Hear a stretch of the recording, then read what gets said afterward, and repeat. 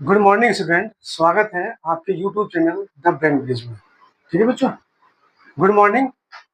सभी ठीक होंगे और आशा करता हूँ कि आगे भी ठीक रहोगे। बच्चों आज से बच्चों हमने इससे पहले जो हम क्वेश्चन कराने जा रहा हूँ मैं, इससे पहले मैंने आपको कॉन्सेप्ट कराया था। कॉन्सेप्ट कराया था मैंने फाइनल अकाउंट्स का। चैप्टर हमारे पास में है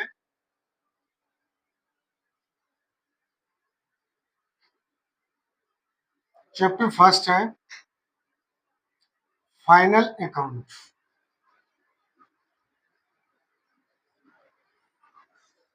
बच्चों फाइनल अकाउंट में मैंने तीन चीजें बताई थी। सबसे पहली, फाइनल अकाउंट के तीन पार्ट होते हैं। पहला होता है ट्रेडिंग अकाउंट, दूसरा होता है प्रॉफिट एंड लॉस अकाउंट और तीसरा होता है बैलेंस शीट। तीनों के बारे में मैंने कॉन्सेप्ट वाइज हर एक चीज को क्लियर करते हुए बताया था आपको कि ट्रेडिंग अकाउंट्स में कितने कॉलम्स बनते हैं, कौन सी साइड होती है उसमें। ऐसे ही प्रॉफिट एंड लॉस में बताया था, वैसे आपको बैलेंस शीट में बताया था।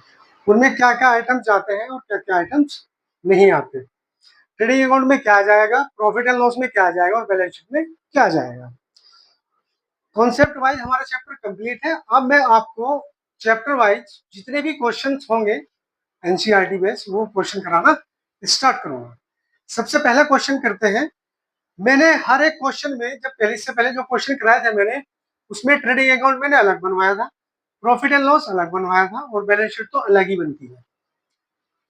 अब मैं क्या करूंगा कि ट्रेडिंग और प्रॉफिट एंड लॉस अकाउंट्स एक जगह कंबाइंड बनेगा, जैसे कि एग्जाम में मांगा जाता है 10th क्लास में, और बैलेंस शीट प्रॉपर अलग बनेगी। अब देखो कैसे बनती है। क्वेश्चन है, क्वेश्चन में कहा है from the following balance Anand prepaid trading account profit and loss account and balance sheet as 31 March 2019। तो सबसे पहले हमें अपना फाइनेंशियल ईयर 31 मार्च 2019 को अपना trading account, profit and loss account और बैलेंस शीट बनानी है। तो स्टार्ट करते हैं क्वेश्चन। सबसे पहले हम फॉर्मेट बनाएंगे ट्रेडिंग अकाउंट का और प्रॉफिट एंड लॉस अकाउंट का।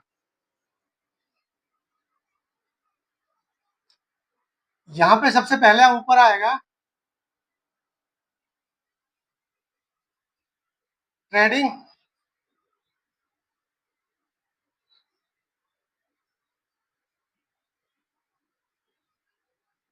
एंड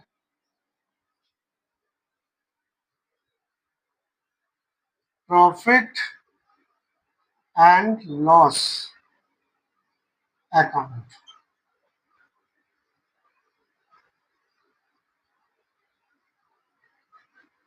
यहाँ जिस ईयर्स का बनेगा वो टाइम आ जाएगा फॉर द ईयर एंड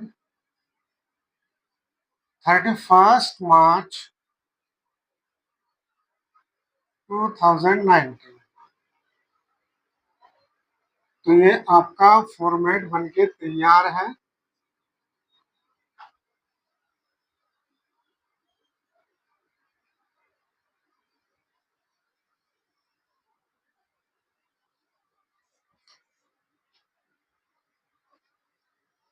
ये कॉलम आपका पर्टिकुलर का है, ये कॉलम आपका फिर अमाउंट का है और ये आपका तैयार हो गया फॉर्मेट। ये आपका trading and profit and loss account का फॉर्मेट है।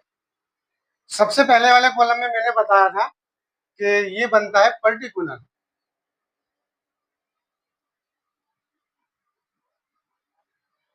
ये आएगा आपका अमाउंट डेबिट साइड, ये फिर पर्टिकुलर का आएगा और यहाँ पे आएगी आपकी अमाउंट, ये आएगी क्रेडिट साइड। ये बच्चों क्वेश्चन है हमारे पास है, फर्स्ट कराता हूँ पूरा का पूरा। सबसे पहले क्वेश्चन में देखिए, सबसे फर्स्ट दिया हुआ है कैपिटल अकाउंट। तो हमें पता है कि मैंने कैपिटल अकाउंट बैलेंस शीट में लिखवाया था लायबिलिटी साइड में, इसलिए उसमें नहीं आएगी, इसे छोड़ के चलते हैं फिलहाल। जो चीज है हमारे ट्रेडिंग अकाउंट में, प्रॉफिट एंड लॉस अकाउंट में आएगी, केवल उन्हीं चीज को नोट करना है, उन चीज को लिखना है। तो कैपिटल अकाउंट है, फिर क्रेडिटर है वो नहीं आएगा, बिल पेबल नहीं आएगा, सेल्स मैंने बताया था सेल्स है, तो सेल्स हमारी क्या है, डायरेक्ट इनकम है, और इनकम जितनी मैंने बताई थी वो कहाँ जाएगी, वो ट्रेडिंग अकाउंट के बाय साइड में जाएगी। तो सेल्स है तो बाय में लिखेंगे, बाय सेल्स। अब सेल्स है तो सेल्स रिटर्न एक बार चेक कर लेते क्वेश्चन के अंदर सेल्स रिटर्न भी है क्या। तो सेल्स हो गई, बैड डेबिट्स हो गए, रिकवर्ड हो गए, लोन हो गया, देनदार हो गए, salary, discount, postage, bad debits, interest, यानी कि इसमें सेल्स रिटर्न नहीं है। तो इसकी डायरेक्ट अमाउंट जो भी सेल्स की जो अमाउंट है 7,81,820, ये टोटल यहाँ आ जाएगी। ये बच्चों अगर सेल्स रिटर्न होती तो बाय सेल्स करके सेल्स की अमाउंट यहाँ लिखते, उसमें से माइनस करते सेल्स रिटर्न, उसको घटाने के बाद में वैल्यू यहाँ पे पुट अप करनी। ओके, चलो नेक्स्ट पढ़ेंगे। बैड डेबिट्स लिखा हुआ है रिकवर्ड हुए, आपको बैड डेबिट्स थे हमारे, बैड डेबिट्स रिकवर्ड का मतलब समझिए कि बैड डेबिट्स रिकवर्ड होते क्या है। बैड डेबिट्स रिकवर्ड वो होते हैं जिनका पैसा हमें मिलने की उम्मीद नहीं रहती। कुछ देनदार ऐसे आ जाते हैं कि वो पैसा लेके चले जाते हैं, अब उनको हम कहाँ दिखाते हैं, प्रॉफिट एंड लॉस में। अब कुछ ऐसे होते हैं देनदार हमारे, उनसे पैसा वापस आ जाता है, कुछ लेके चला जाते हैं। तो ये वो देनदार होते हैं जिनका कुछ पैसा हमें रिकवर हो गया। तो ये क्या हुआ, जब पैसा हमें रिकवर हो गया तो हमारी क्या हुई, इनकम हो गई। तो जब पैसा रिकवर हुआ है तो रिकवर की वैल्यू हम प्रॉफिट एंड लॉस के बाय साइड में भी लिख सकते हैं, या फिर बैड डेबिट में से घटा के लिख सकते हैं। तो इजी वे में बता रहा हूँ कि आपको क्या करना है, कि घबराना नहीं है, केवल जहां भी आपको बैड डेबिट्स रिकवर्ड वाली अमाउंट नजर आएगी क्वेश्चन के अंदर, उसको सीधा आप बाय में डाल लिए, बाय बैड डेब्ट रिकवर। इसकी अमाउंट देख लेते हैं कितनी है, वो अमाउंट इसमें आ जाएगी कि कितनी रिकवर हुई है अमाउंट। अमाउंट हमारे पास में रिकवर हुई है 1750 रुपये। तो ये आपके बाय में आ गई, जो चीज हमें प्राप्त हो गई, ठीक है, जो मिल गई वो आ गई इधर। उसके बाद में है डेबिट, लोन है, लोन हमारा इसमें नहीं आएगा, वो लायबिलिटी साइड में जाएगा। फिर देनदार है, डेटर्स है, वो नहीं आएंगे। सैलरी है, सैलरी हमारा किसका पार्ट है, ये इनडायरेक्ट एक्सपेंसेस का पार्ट है, तो प्रॉफिट एंड लॉस के टू साइड में जाएगा। ठीक, तो यहाँ लिख दीजिए टू सैलरी,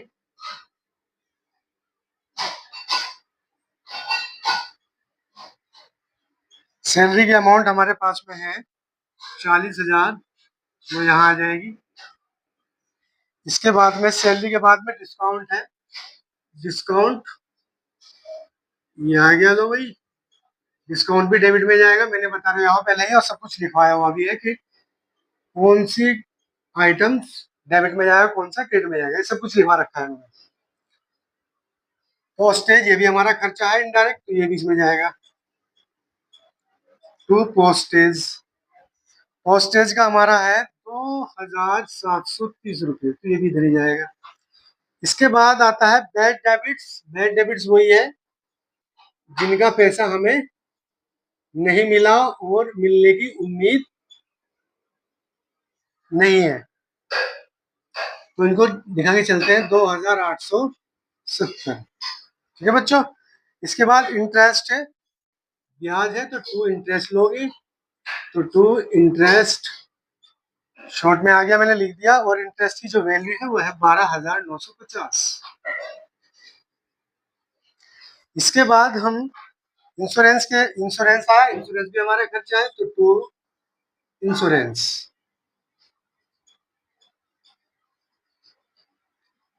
और इंश्योरेंस की जो वैल्यू दी हुई है वो है 4,170, 4,170। उसके बाद में मशीन है, मशीन का इसमें कोई लेन देना नहीं है, मशीन इसमें नहीं आएगी। फिर मशीन हमारी क्योंकि एसेट्स है तो वो बैलेंस शीट में जाएगी। स्टॉक है opening, opening stock trading account में आएगा, वैसा ये मैंने आपको पहले ही लिखवाया था कि ओपनिंग स्टॉक ट्रेडिंग अकाउंट के डेबिट साइड में आएगा। तो ये आगे भैया टू ओपनिंग स्टॉक। ठीक है बच्चों, तो ओपनिंग स्टॉक की वैल्यू जो दी हुई है वो 99,450 दी हुई है, 99,450।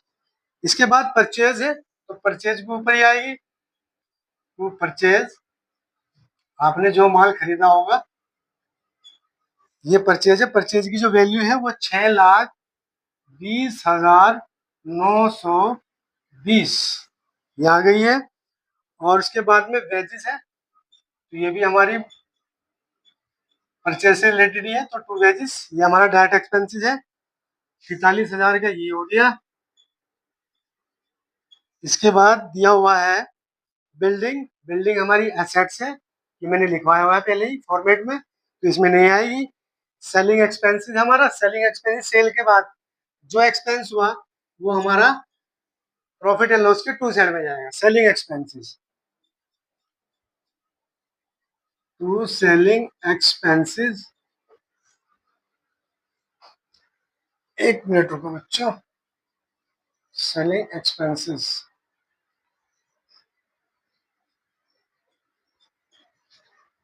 टू सेलिंग एक्सपेंसेस, इसकी जो अमाउंट है वो हमारे पास में 1750, तो ये ले आ गई है। तो इसके बाद में है fixtures and fitting. Fixtures and fitting भी हमारी एसेट्स होती है, ये भी आपकी बैलेंस शीट के एसेट्स वाले कॉलम में जाएगी। फिलहाल जो ट्रेडिंग और प्रॉफिट एंड लॉस में जो वैल्यू आनी थी, जो आइटम्स आए थे, उन्होंने सब उसमें लिख दिए। केवल एक वैल्यू बची हुई है, बताइए क्या बची हुई है जो ट्रेडिंग अकाउंट में आएगी। बताओ बच्चों क्या चीज आएगी। क्वेश्चन देखो, और क्वेश्चन में देख के बताइए कि एक चीज और बची हुई है जो कि ट्रेडिंग अकाउंट के बाई साइड में आएगी। क्या आएगी बच्चों? आप क्वेश्चन के नीचे साइड में देखिए, इसमें लिखा हुआ है कि value of goods on hand 31 March 2019 was 1,43,000। तो क्या दिया हुआ, ये दिया आपका क्लोजिंग स्टॉक। तो एक क्या जाएगा इसमें, closing stock. Very good. Closing stock की वैल्यू दी हुई है 1,43,000। अब सारी जो अमाउंट थी वो सभी अमाउंट डल गई है क्वेश्चन के अंदर, और क्वेश्चन आपको ट्रेडिंग अकाउंट ऊपर साइड में बनेगा, बीच में थोड़ा गैप दिया जाएगा, उसके बाद में यहाँ से नीचे से प्रॉफिट एंड लॉस अकाउंट शुरू होगा। ठीक है बच्चों। अब इसका मैंने बताया टोटल करना पड़ेगा आपको, तो टोटल करने के लिए क्या करना पड़ेगा, सबसे पहले क्रेडिट साइड का टोटल, फिर डेबिट साइड का टोटल। जिस साइड का टोटल ज्यादा होगा उस साइड के टोटल को इधर भी लिखना है और इधर भी लिखना है, और जिस साइड का टोटल कम होगा वो ज्यादा वाले में से कम वाले को घटा दिया जाएगा। तो टोटल कर लीजिए। टोटल हमारे पास में है क्रेडिट साइड का 7,81,820 प्लस क्लोजिंग स्टॉक है 1,43,000, तो ये हो गया 9,24,820। अब आइए डेबिट साइड में। तो डेबिट साइड का जो टोटल है वो है 99,450 प्लस करेंगे 6,20,920 और प्लस किया 43,000, तो टोटल हमारे पास है बना 7,63,000, 7,63,370। ये हमारा क्रेडिट बैलेंस है, ये हमारा डेबिट बैलेंस है। तो हमारा बैलेंस कौन सा ज्यादा है, हमारा बैलेंस ज्यादा है क्रेडिट वाला, तो ये दोनों साइड लिखा जाएगा 9,24,820 और 9,24,820। अब हम क्या करेंगे, 9,24,000 में से 7,63,370 को लेस कर देंगे, तो हमारे पास में निकल कर आएगा टू ग्रॉस प्रॉफिट। तो ग्रॉस प्रॉफिट ये निकल के आया है। ग्रॉस प्रॉफिट कितना निकला है भाई, 9,24,000 में से 9,24,820 में से हम घटाएंगे 7,63,370, तो हमारे पास में ग्रॉस प्रॉफिट निकल के आया है 1,61,450। ये आपका यहाँ से ग्रॉस प्रॉफिट निकल गया। अब इस ग्रॉस प्रॉफिट को हम ट्रांसफर करेंगे प्रॉफिट एंड लॉस के बाय साइड में। ठीक है बच्चों, तो इसको ट्रांसफर करिए बाय में, तो आपको बाय ग्रॉस प्रॉफिट ये आपका ट्रांसफर हो गया क्रेडिट साइड में। यदि ग्रॉस लॉस होता तो आपका डेबिट साइड में आता। ठीक है बच्चों, तो ग्रॉस प्रॉफिट कितना आया था हमारा, 1,61,450। अब ऐसे जैसे हमने ट्रेडिंग में टोटल किया था, ऐसे प्रॉफिट एंड लॉस में टोटल करके देखेंगे। चलो जी, इसके भी टोटल कर लो। कौन सी साइड का टोटल हमारा ज्यादा है ये पता लग जाएगा। तो चलिए भाई ये भी देखते हैं। तो सबसे पहला टोटल कर लेते हैं क्रेडिट साइड, 1,61,450 प्लस 1,750, तो 1,63,000 ये टोटल आया आपका क्रेडिट साइड का। ऐसे ही क्रेडिट का टोटल आया 1,63,200, ये टोटल ज्यादा है। अब इस 1,63,000 में से डेबिट बैलेंस का टोटल है हमारे पास में 40,000 एक है, प्लस 10,000 प्लस 2,730 प्लस 2,870 और प्लस 12,950 प्लस 4,170 प्लस 1,750, 74,470 टोटल आया है। 74,470 टोटल है डेबिट, और क्रेडिट है 1,63,200, ये आया है क्रेडिट से। तो क्रेडिट शेड ज्यादा है, सीधी सी बात है, तो जो टोटल ज्यादा है वो दोनों साइड में लिख दिया। अब हमने इस क्रेडिट टोटल में से ये वाली वैल्यू को सारी को घटा देंगे, तो 1,63,200, 1,63,200 में से हम घटा देंगे 74,470, तो बैलेंस हमारे पास में आया 88,730। इसको जो बैलेंस निकल के आया है ये हमारे पास में आया है टू नेट प्रॉफिट। तो नेट प्रॉफिट की जो वैल्यू है बच्चों वो आई है 88,730 रुपए। तो बच्चों यहाँ तक ये आपका ग्रॉस प्रॉफिट नेट प्रॉफिट आ गया है। इसे अब अपनी आप नोटबुक में नोट कर लीजिए, आपके पास 2 मिनट का समय है। ठीक है, उसके बाद हम बैलेंस शीट को बनाएंगे। चलो बच्चों, बैलेंस शीट के लिए रेडी हो जाइए, बैलेंस शीट बनाते हैं।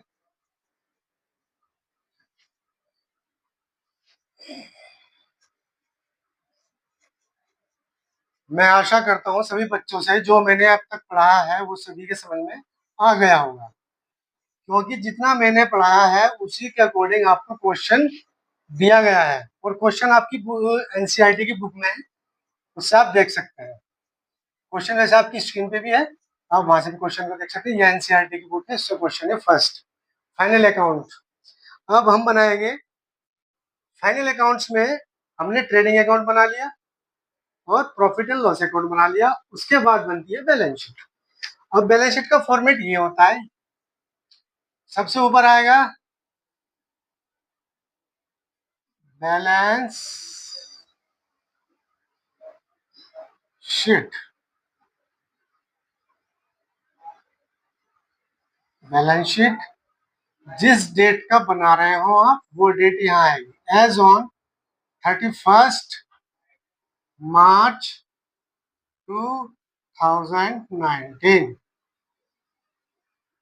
बच्चों ये फॉर्मेट तैयार है आपके सामने। अब यहाँ से आपकी तैयार हो रही है बैलेंस शीट।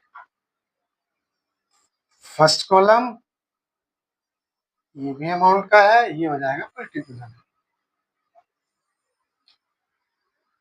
ठीक है बच्चों, ये फॉर्मेट मैंने पहले ही बनवाया है, इसलिए फॉर्मेट को तो याद ही कर लेना कि बैलेंस शीट में कितने कॉलम बनते हैं, प्रॉफिट एंड लॉस में कितने बनते हैं और ट्रेडिंग में कितने बनते हैं। पहला कॉलम है लायबिलिटी का बैलेंस शीट में, LIABILITIES। कॉलम अमाउंट का शॉर्ट में आता है। फिर इसमें एसेट्स आएगी आपकी, ये एसेट्स का कॉलम है, ये फिर आपका अमाउंट का कॉलम है।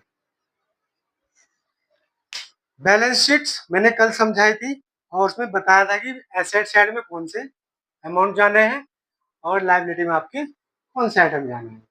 लास्ट में दोनों का बैलेंस भी इक्वल होना चाहिए। ठीक है, तो सबसे पहले मैंने कल करवाया था आपको कि सबसे पहले लायबिलिटी में एक तो कैपिटल आएगी जो क्वेश्चन में ऑलरेडी दी हुई है आपको। उसके बाद अगर प्रॉफिट होगा, नेट प्रॉफिट हो या नेट लॉस। अगर नेट लॉस होगा तो कैपिटल में से घट जाएगा, ठीक है, और अगर प्रॉफिट है तो वो इसमें जुड़ जाएगा। तो नेट प्रॉफिट आया है तो नेट प्रॉफिट को जोड़ देंगे।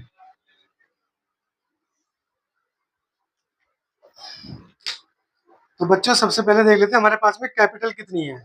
तो कैपिटल की वैल्यू हमारे पास में है 3,60,000। 3,60,000 इसकी वैल्यू दी हुई है। नेट प्रॉफिट हमारे पास में आया है 88,730।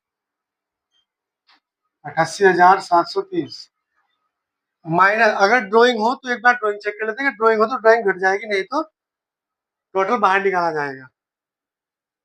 ड्राइंग इसमें है नहीं, इसीलिए दोनों का टोटल कर लेंगे और उसको बाहर वाले कॉलम में शो कर देंगे।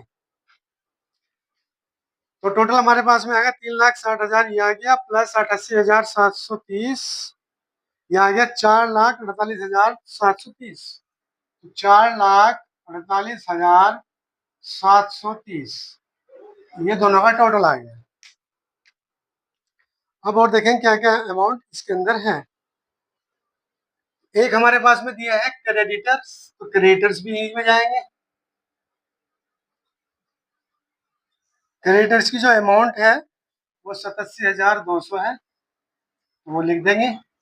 इसके बाद में है बिल पेबल, वो भी आपकी लाइबिलिटी साइड में आएगा। ये फॉर्मेट में सब मैंने समझाया हुआ है आपको। 25,270। उसके बाद में सेल्स मैंने लिख करवाई थी। उसके बाद बैड डेबिट्स रिकवर भी हो गया। लोन है तो लोन की अमाउंट भी लाइबिलिटी में जाएगी, क्योंकि लोन आपने लिया है तो लोन वो आपको चुकाना पड़ेगा, तो ये आपकी लाइबिलिटी है। तो लोन की अमाउंट है 1,20,000, ये आ गई इधर। फिर इसके बाद में डेबिट बैलेंस हो जाता है। डेटर्स देनदार है, तो हम देनदार को यहाँ लिखते हैं। एसेट्स है हमारे देनदार, जिनसे हमें पैसा लेना है। तो देनदार हमारे पास में है 38,850 रुपए के हैं। उसके बाद में सैलरी हमने प्रॉफिट एंड लॉस में लिख दी, डिस्काउंट भी हमने प्रॉफिट एंड लॉस में लिख दिया है, पोस्टेज भी लिख दिया है, बैड डेबिट्स लिख दिया है, इंटरेस्ट भी आ गया, इंश्योरेंस। मशीन आई, मशीन हमारी एसेट्स है तो मशीन आएगी हमारी एसेट्स आएगी। मशीनरी, मशीनरी की जो वैल्यू है वो है 1,00,000, तो ये आ गया आपका 1,00,000। 1,00,000 की मशीन है। उसके बाद स्टॉक नहीं आएगा, परचेज नहीं आएगी, वेजेस नहीं आएगी। बिल्डिंग है तो बिल्डिंग भी एसेट्स वाली कॉलम में ही शो होगी, क्योंकि हमारी संपत्ति है। एसेट्स है तो बिल्डिंग हमारे पास में आ गई। बिल्डिंग की वैल्यू है 2,37,800। 2,37,800, ये आ गया। इसके बाद बिल्डिंग के बाद सेलिंग एक्सपेंसिव में आता, फिक्चर्स एंड फिटिंग आएगा। तो ये आपके पास में फिक्चर्स एंड फिटिंग, ये वाली वैल्यू आएगी एसेट्स में आपकी। इसकी वैल्यू है 1,61,550। इसके बाद लास्ट वाला जो आंसर टॉपिक बचता है वो बचता है क्लोजिंग स्टॉक, वो यहाँ पे आ जाएगा। क्लोजिंग स्टॉक दो जगह जाएगा, एक ट्रेडिंग अकाउंट के बाय में, एक एसेट साइड में, हमेशा। तो क्लोजिंग स्टॉक हमारे पास में है 1,43,000। ठीक है बच्चों, तो ये बन गया। अब लास्ट में इसका टोटल करना है। टोटल इसमें एकदम इक्वल आना चाहिए दोनों साइड का। तो टोटल कर लेते हैं। तो सबसे पहले टोटल करते हैं लाइबिलिटी साइड का। 4,48,730 प्लस 87,200 प्लस 25,270 प्लस 1,20,000, इसका टोटल आया 6,81,200। एसेट साइड में आ जाइए। पहला टोटल है 38,850 प्लस 1,00,000 प्लस 2,37,800 प्लस 1,61,550 और लास्ट में 1,43,000। 6,81,200, दोनों का टोटल एकदम सेम आया है। 6,81,200, 6,81,200। बच्चों ये सवाल है पूरा कंप्लीट, जो कि आपको 10th क्लास के एग्जाम में मिलेगा इस तरह से। आपको क्या करना है, आपको ये देखना है, दोनों साइड को चेक करना है कि मेरी दोनों साइड मैच हो रही है या नहीं हो रही है। 10th क्लास में आपको ये पता होना चाहिए, ये फॉर्मेट मैंने इसलिए बनवाया था कि जिससे बच्चों को याद हो जाए। जिस बच्चे ने वीडियो को देखा होगा अच्छे से और मेरी क्लास को अटेंड किया होगा, तो वो जानता है कि कॉन्सेप्ट वाइज सर ने क्या क्या कराया है, और हर एक चीज को मैंने सही तरीके से बिल्कुल समझाया भी है।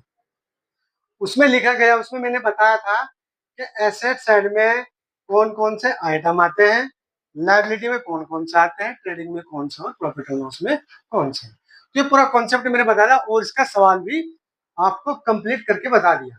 सबसे पहले trading and profit and loss एक साथ बनेंगे, उसके बाद अकेली बैलेंस शीट बनेगी।